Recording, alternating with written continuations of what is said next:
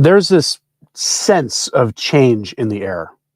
Most of us can kind of feel this coming change. There's a feeling, just sort of a younger people have dubbed it a vibe shift, and it's most notable in secular politics, but we can see it in pop culture too. And honestly, I think we can see this happening in the church as well.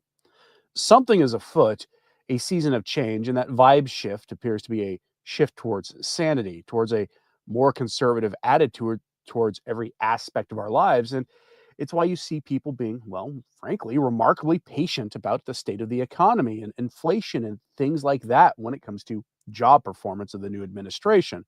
But those of us happy with this shift in tone and direction of pretty much everything are not the only ones noticing this.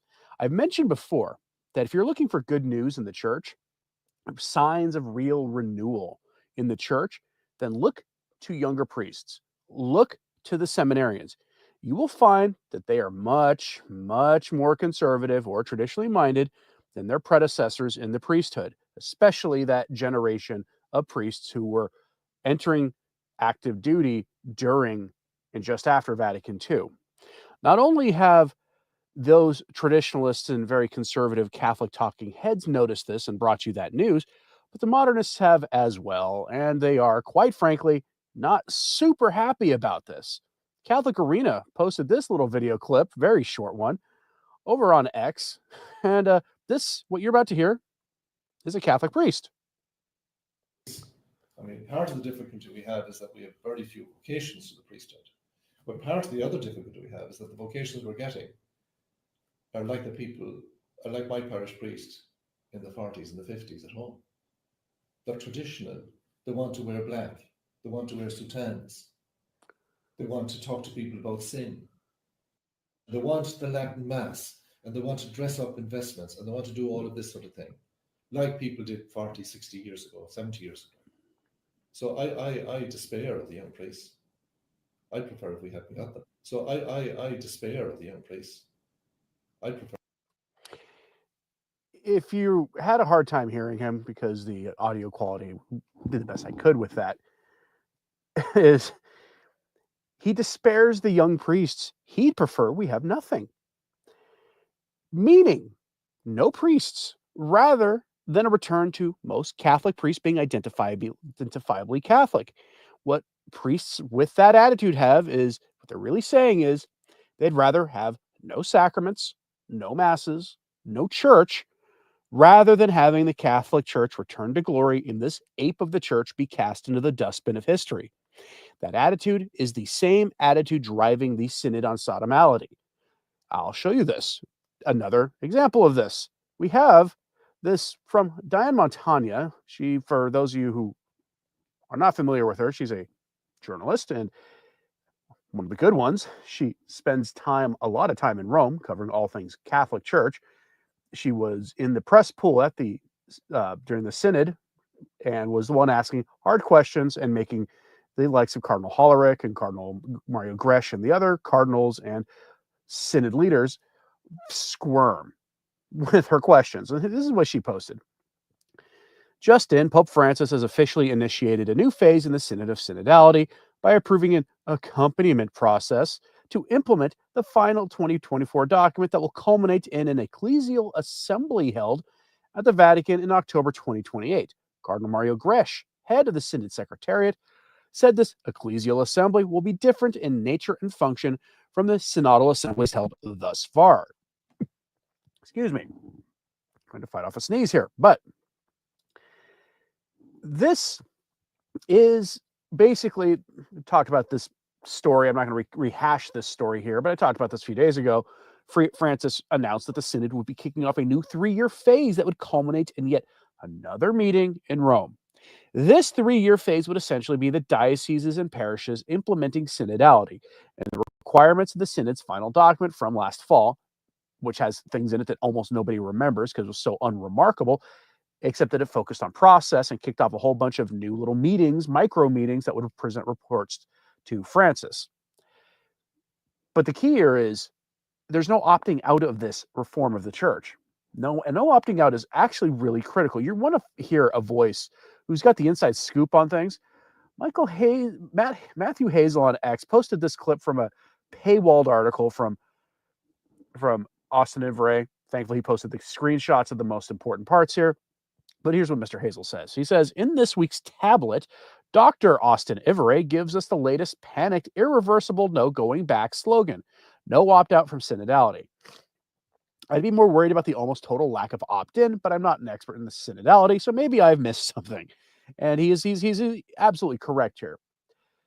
Now, again, he gave us the money parts here, but I'm going to show you just so you can see the actual article at the tablet, which used to be a wonderful newspaper back in like the 50s, but they went all in on the spirit of Vatican II, and now they are part of the problem.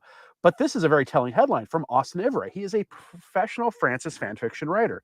He is the official papal biographer in the English language. He's the one. If you see a book about Pope Francis at your bookstore and it's singing his praises, there's a very good chance he is the one who wrote it. He actually wrote one of the forwards to Francis's biography. He gives us a very telling headline from this really wacky website that keeps jumping around. Pope Francis and the Permanent Revolution. That's what he's calling it. And it only goes that far before you have to pay money to an outlet that I can't quite bring myself to find ethical to give money to.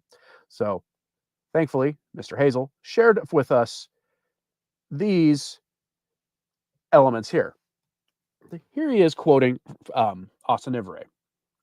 What the journey from here to October 2028 makes clear is that there is no opt-out, and that dioceses and bishops' conferences, which have been hoping synodality will go away, will have to grasp that it won't. It is essential to move forward together as the whole church, harmonizing this reception across different ecclesial contexts, Cardinal Gresh writes, reminding the bishops that synodality must be received in ways adapted to local cultures and circumstances. The role of this process is not to issue directives from above, but to facilitate that reception by an exchange of gifts across the church, so deepening communion. And he goes on, saying, no opt-out. Well, why on earth would we want to? It sounds absolutely riveting. It's a total mystery to me why synodality hasn't caught on in 99% of the church. Sarcasm, he says. One of the things worth noting here is that most of the church has opted out. There has been literally no movement on this. No one cares about synodality at all. But Mr. Ivray goes on saying the following. The process will involve three main phases.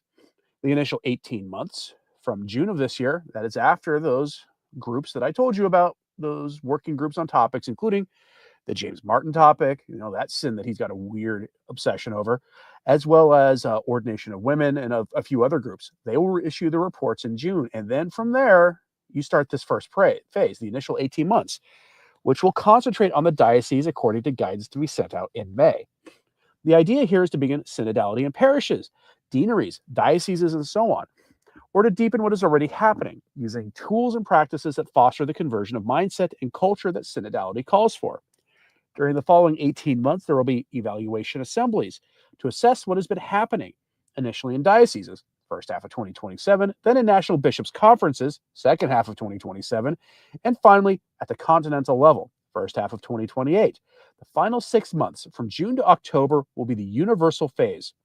Following the publication of a working document in October 2028, the Church will celebrate its first universal ecclesial assembly to capture the fruits of the implementation and to provide the Pope, whoever he is, with proposals.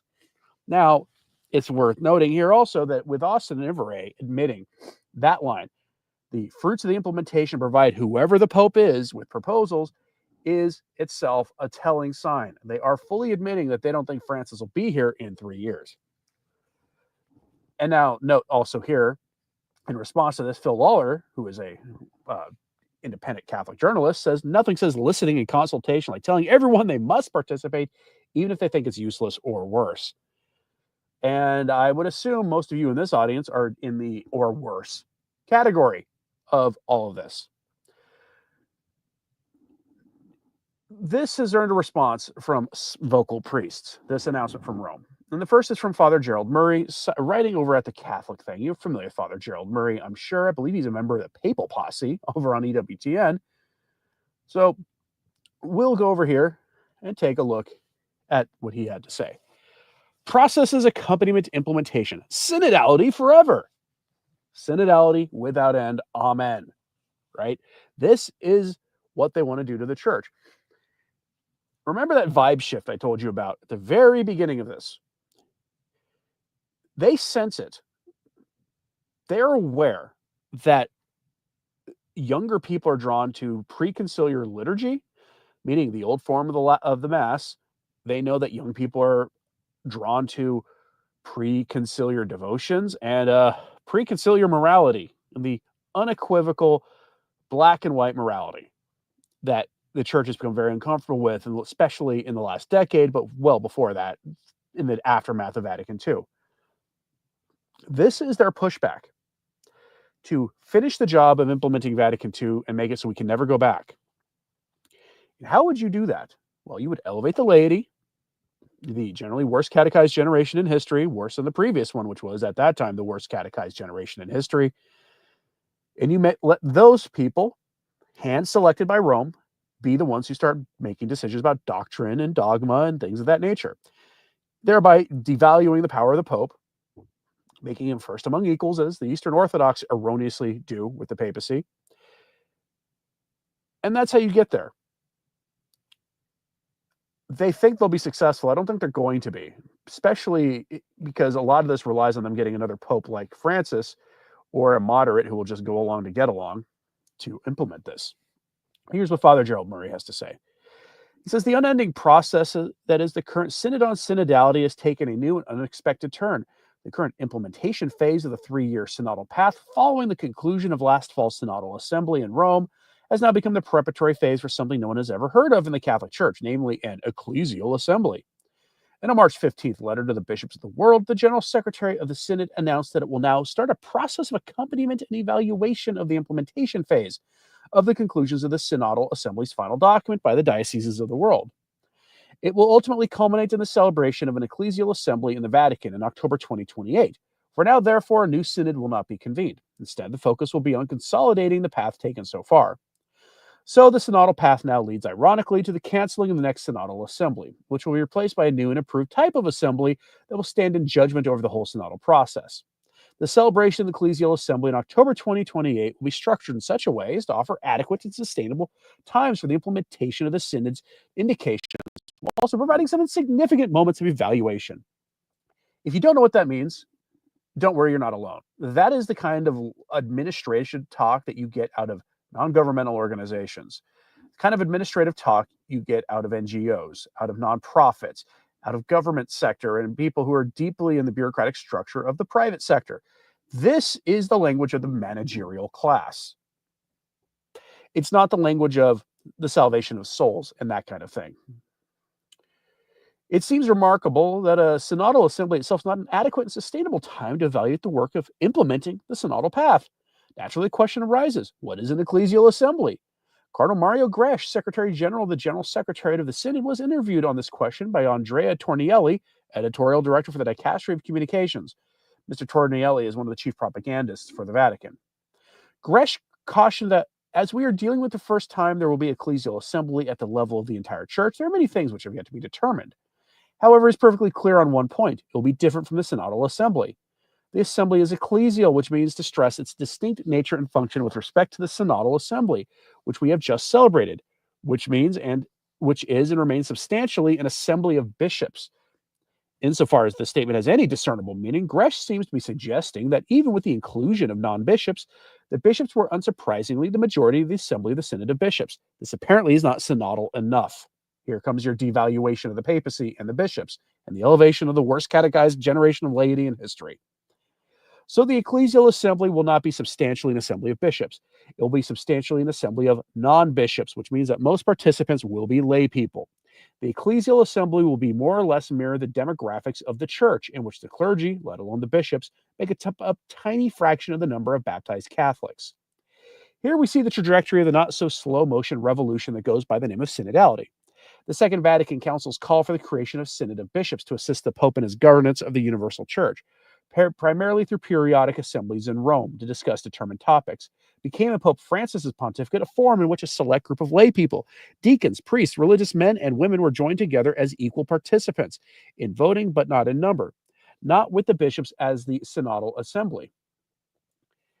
Now, that way of proceeding has been judged to be inadequate for carrying out the work of synodality. A new gathering called an ecclesial assembly, in which the bishops will not be the majority, will now have the final word on what the synodality means and what the rest of the church must embrace in order to be synodal. Left unanswered by Cardinal Gresh in his interview are these serious concerns.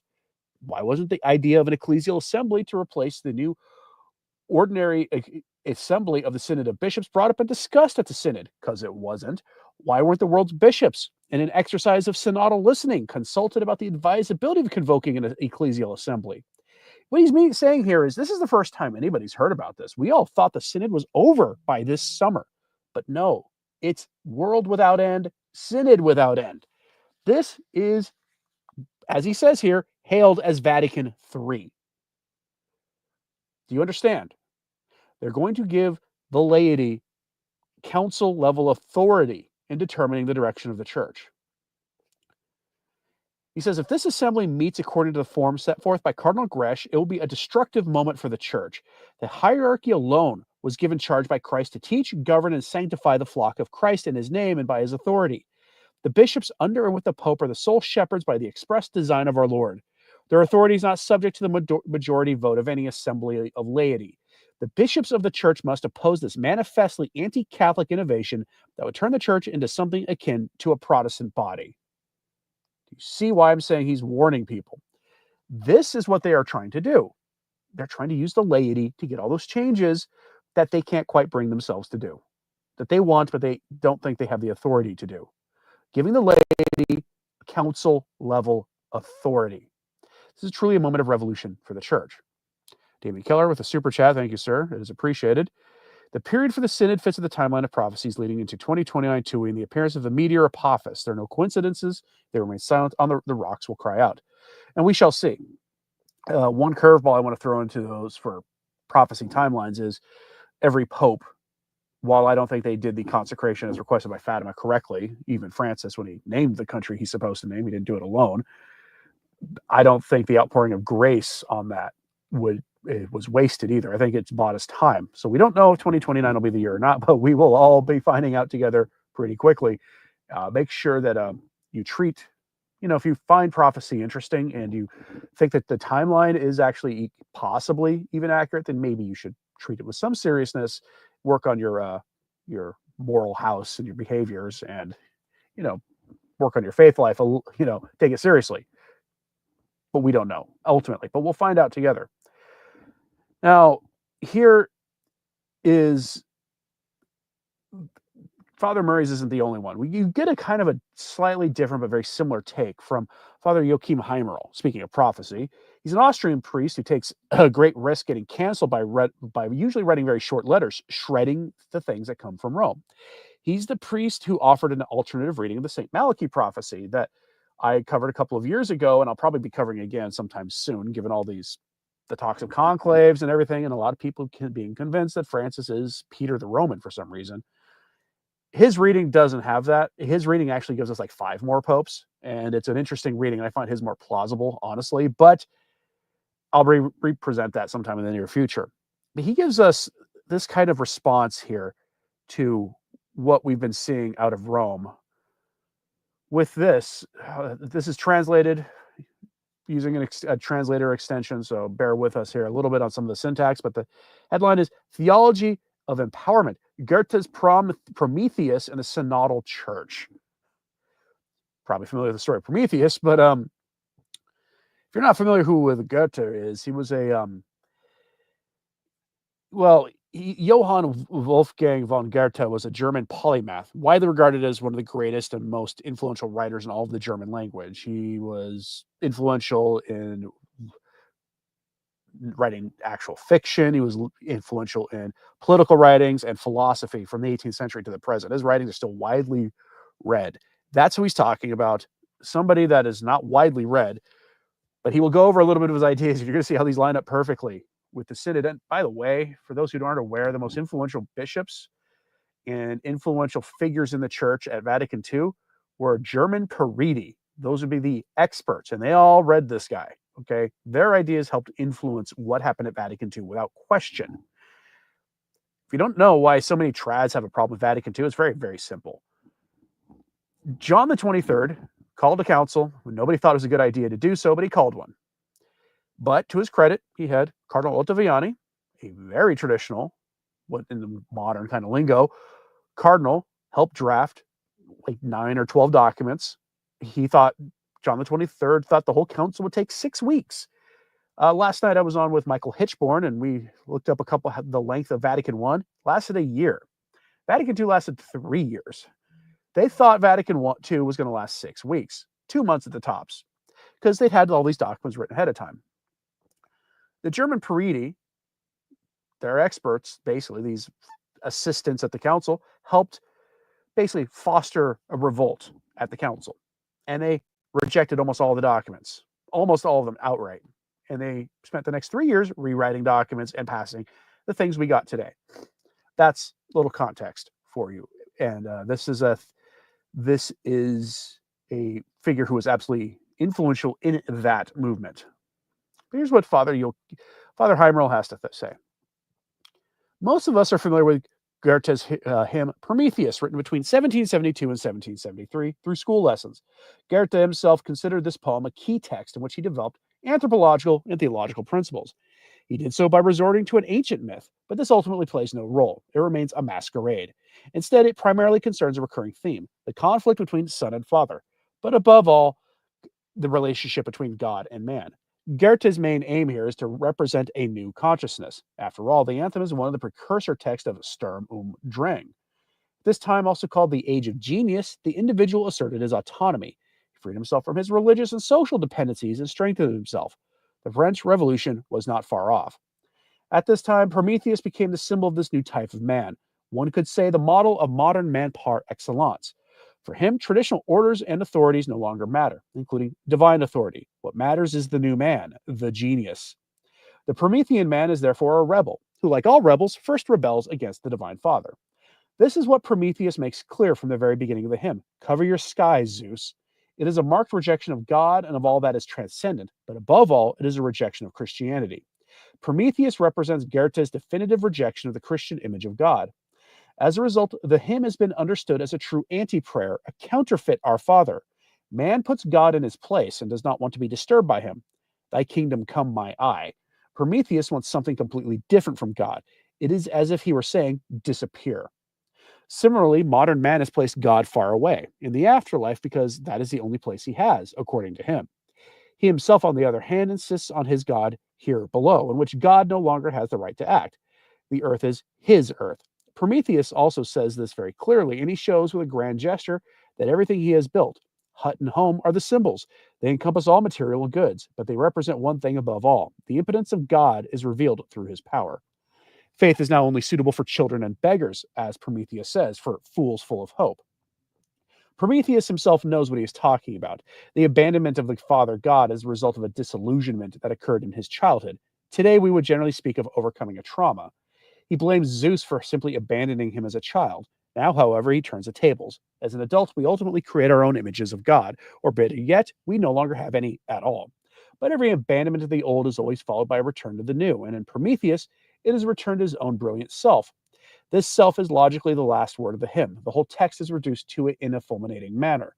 This narrowing is also a fundamental principle of Goethe's thought, which he illustrates in his autobiography, Tun und Wahrheit, Poetry and Truth, with the myth of Lucifer. Interesting use of the word myth, by the way. According to this principle, self-reference is a fundamental impulse of the genius, leading to unconditional freedom and self-determination. For Prometheus, there is therefore only one God, his own healthy and ardent heart. Here we understand at the latest what Goethe is talking about, the Luciferian deification of man. Goethe calls this a radical autonomization, the definitive self-referentiality. Because man is himself divine, he is also, according to Goethe, a godlike creator, or at least considers himself to be one. And as a result, Prometheus ends up creating humans in his own image. This is again a biblical echo and above all, a radical rejection of God. The anti-Our Father is followed by consistent actions. Prometheus perpetuates his rebellion by duplicating himself over the generations. 250 years after its creation, the hymn Prometheus is still relevant today. However, Goethe would never have imagined that his text prefigures a vision of man that the German Catholic Church would have discovered precisely by and for itself, and this would have been later developed in Rome in the Synodal Church. Here, too, we know a radical autonomization has been decided upon. It is evident in every document of the so-called World Synod, and as Luciferian as Goethe's vision of man. One no longer takes the measure of God, revelation, and tradition, but rather cobbles together one's own anthropology, exactly as Prometheus does with the creation of men in the mirror of the poem. The synodal image of man comes entirely from the world and is only of this world. It lacks any biblical reference.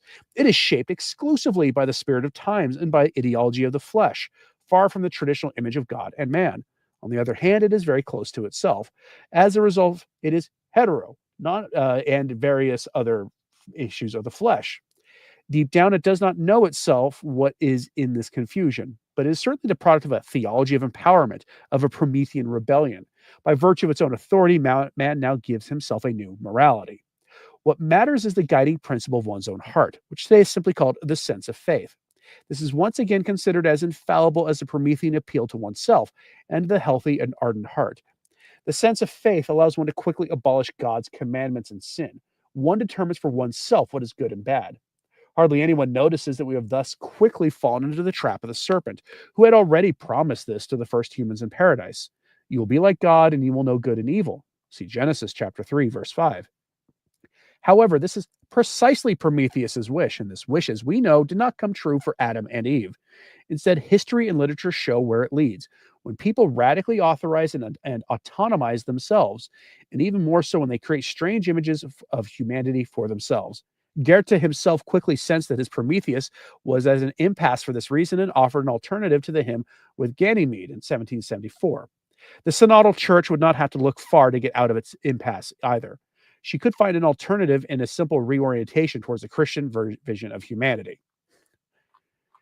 And if you're not sure what his point is there, what we see in synodality is a very straightforward thing. In synodality, the voice of the laity matters. The laity. Remember at Vatican II, we're opening the windows of the church to the world to let in some fresh air. It's a man-centered time in the church. They said these things at Vatican II. It's in some of the documents. That's what he's getting at. This is just the ultimate centering of our theological view on man. When we're looking at man, we're not looking at God. We are autonomization. Engaged, that's what we are engaged in. We are autonomizing it. Autonomy. What do they mean by autonomy? Self-direction, self-aggrandizement. What is one of the great commands of synodality? It's journeying together, listening, but never correcting. Unless, of course, you're wanting to be Catholic, you want the same things that your Catholic ancestors had 100 years ago. Then, you get corrected. But anything else, universal human fraternity, we journey together. Give us a break. Whatever it is, this isn't Catholic. And that's what this pushback is going on. Now, as I told you a moment ago, clearly, many here are concerned with the future of the priesthood, right? We see that in the clip of the Irish priest talking about how it's awful that in these conservative seminarians, we'd rather have no priests at all than ones who want to wear cassocks and want the traditional mass and want the sacraments and want to how dare they want to talk about sin. That's not synodal. They are very clearly concerned with it. And their proposal is the recently announced Ecclesial assembly for the Synod in 2028 and the processes between now and then. What we have seen here is they may get their way, meaning they'd rather have nothing. There may be so very few priests that most people aren't able to go to Mass if they keep getting their way. I know that sounds hyperbolic, but I'm going to show you this. We go to Gloria TV. Headline: Recent Catholic statistics. Seminarians decreased every year since 2012. It is my contention that we have had better seminarians, more conservative ones, throughout the entire Francis papacy. But the real Francis effect has been not vocations, but an actual total collapse in vocations. There are far fewer men in the seminaries than ever before. The ones who are in the seminaries now tend to be much more conservative than any point in the post-Vatican II period. And that's a good thing, obviously. Many of them want to say the traditional mass. Many of them want to actually remind people about the four last things, and that one day you will stand before Jesus Christ to give an account of literally everything. Little things like that they want to do. Things that freak out that Irish priest. But the overall trend is a decline in numbers. That's concerning, to say the least. Here are the details. Quote, the Catholic population of the world continues to grow by more than 1% per year and has exceeded 1.4 billion. This is according to the latest data now published in the Pontifical Yearbook of 2025. The figures are for the year 2023. It shows rapid growth of the Catholic population in Africa, with slower growth in the Americas and Asia, and almost no growth in Europe. Africa, with a Catholic population growth rate of 3.3% in 2023, now accounts for 20% of the world's Catholics, almost as many as Europe, which is 20.4% Catholic. But with Europe's Catholic population growing only by 0.2%, Africa is likely to soon overtake Europe. North and South America have the largest Catholic population, accounting for nearly half of the world total. The growth rate there was 0.9%. In Asia, the Catholic population grew by 0.6%, and in Oceania by 1.9%. There were 406,996 Catholic priests in the world at the end of 2023, a decrease of 0.2% from the previous year. This trend is likely to continue as the number of seminarians also decreased by 1.8%. There are 106,495 seminarians in the world at the moment.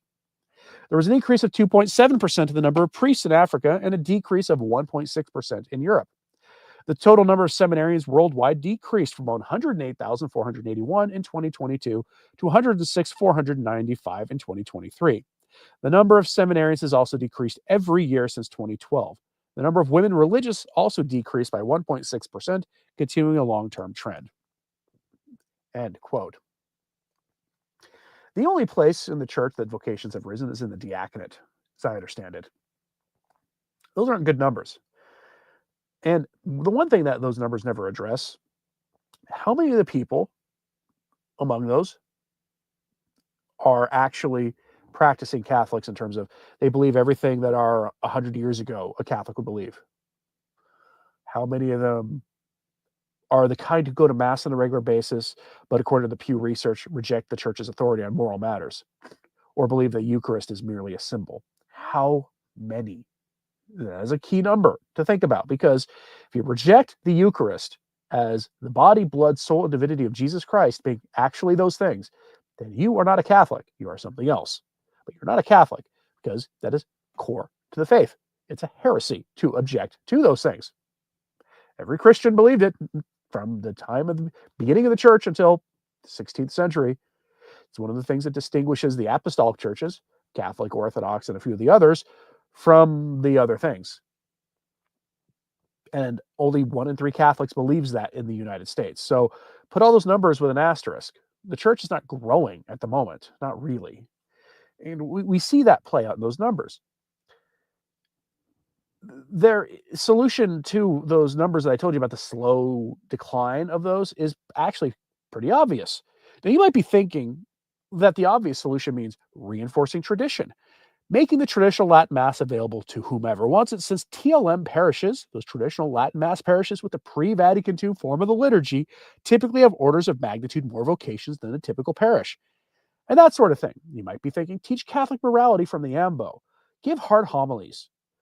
You don't have to be, harsh in the confessional, but, give some, don't just do a form, just a go run through a form kind of absolution either in the confessional. Give some advice, but don't turn it into a counseling session. But, treat confession a little bit more seriously and actually offer the sacrament of penance or reconciliation more often than it is those sorts of things. And also, you might think Eucharistic adoration, because all those things have been shown to increase belief in the real presence and increase the piety of a parish. You might think those are the solutions. Well, you would be wrong, because those are not the synodal solutions to the problem. The real solution is to, of course, do what something like half of Catholics in the United States actually want to have happen, and that would be to ordain the ladies, to ordain women. That's the synodal solution for the new synodal church. And we go here to another piece from Glory TV. Headline: Swiss bishop wants to ordain women. This is his solution to the lack of vocations in the conciliar church. It's not to go back to what worked, to teach morality. No. Remember that Irish bishop or that Irish priest. He would rather have no priests at all than go back to the way it was before. What he wants is, what they want instead is just replace them with the ladies. Think about the implications of that, and think about the fact that you will find this nowhere in church, in Christian history, anywhere. That this is not a Christian solution to things, not in the slightest. Here are the details. Quote: "We have an emergency. I have produced an emergency, an ordination emergency. For me, that means we can only ordain single men because of celibacy. And we also cannot ordain women and admit them to ordained ministries." Bishop Marcus Buchel, 75, of St. Gallen, Switzerland, told cath.ch. Well, I'm glad it's this guy, because he's like the Bishop of St. Gallen, Switzerland, right? If you don't think he's part of the St. Gallen group, he's the one hosting their meetings. His concern: where we have the opportunity through extraordinary episcopal mandates to open up ways to do so. And then, of course, pictured here is the first Episcopal vicaress in the German-speaking countries in office in Klagenfurt, Austria, since March 1st. Boy, does that not look like she's offering the Mass or what? That is your Episcopal vicaress in Germany. She looks like she's offering a Mass, because I can't imagine what else she's doing there. But that is their solution, is to toss out everything the church has said about the priesthood, who can be priests, and instead to just make it available to whoever wants to be. And really the only group agitating for access to holy orders, aside from traditionalists, are women. And that's not the Catholic Church's solution.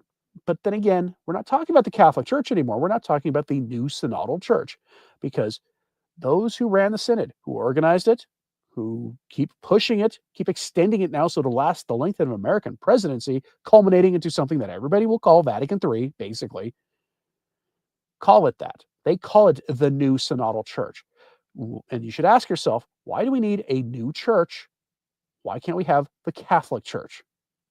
And you should also ask yourself, if the next pope, because by October 2028, we'll probably have a new pope. If we have a new pope by then, do you think they will stop this? And I'm not as convinced as many of you are that they will. Because we're likely, most people kind of think, we're going to get a moderate pope. And I don't like using political language to describe this, but compared to Francis, a moderate pope would be seemingly refreshing. But a moderate pope's not going to do things like silence James Martin, fire Cardinal Fernandez, stop the synod, because they're not. A moderate pope is by definition not there to rock the boat. So I'm not that convinced that this will be averted. My suspicion is the synod on the synodal church, the new synodal religion, is coming whether you like it or not. All right, folks, let me know what you think about this in the comments, please. And of course, hit like and subscribe if you haven't. It does help. Sharing this on social media helps too. And pray for everybody we spoke about today, including those bishops and anybody else. We're not here to whip you up against them. Just make sure to pray for them. It's one of the greatest acts of charity you can do, is to pray for somebody who desperately needs it. And they clearly do, if they don't think the Catholic Church is given to us by Jesus Christ is good enough. I'm Anthony Stine. Ave Maria.